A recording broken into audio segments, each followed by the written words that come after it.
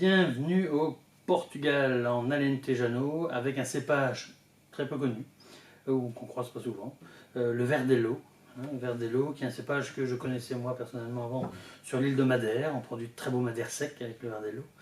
Et ici, on a eu l'occasion de déguster avec Aristide en monocépage et en vinification traditionnelle avec un élevage en fût en plus. Donc on s'est prêté au jeu, on a dégusté et je trouve que c'est extraordinaire.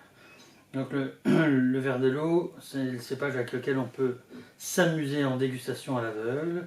Regardez comme c'est troublant. On a une belle robe soutenue, brillante, avec des beaux reflets verts. On se dit qu'on va avoir un vin riche, gras, onctueux. Après on met le nez dans le verre. Et là c'est curieux, ça fait un peu citronné, un peu minéral. Il y a presque une touche un peu hydrocarbure à la façon des Riesling, donc c'est un peu perturbant. Alors on se dit, tiens, peut-être qu'on va avoir un Riesling avec un peu de sucre résiduel, en tout cas très gras, très riche. Là, quand on le travaille, il y a un côté un peu épicé qui vient, ce côté un peu noix de muscade, clou de girofle, qui est d'une toute belle finesse.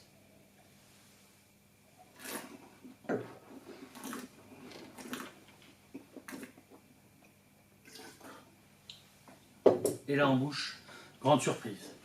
On a un grand vin blanc sec avec une toute belle tension. On a juste l'acidité qu'il faut. C'est fin, c'est persistant au niveau aromatique, donc c'est très long. Sur ce côté un peu citronné, le côté un peu boisé, épicé, avec la pointe d'hydrocarbures, c'est vraiment très très bien fait. Et donc tout simplement, on a ici un grand cépage qu'on découvre ou qu'on redécouvre pour ceux qui pratiquaient déjà avant. Et pour moi, ça ouvre au niveau des accords de belles perspectives. On peut marier ça avec des crustacés ou des coquillages. Si on prend une belle Saint-Jacques et puis qu'on fait tout simplement un beurre blanc avec, eh bien on sert ceci avec. Je pense que c'est juste magnifique. Donc tout ce qui est préparation de poissons crustacés, où il faut des vins assez vifs, donc avec une belle tension et puis quand même une profondeur, une longueur, on sert cette cuvée-là et je pense que ça devrait bien fonctionner. Si vous ne connaissez pas encore, il faut rattraper cette lacune et je pense que ça vous plaira. Bonne dégustation. Au revoir.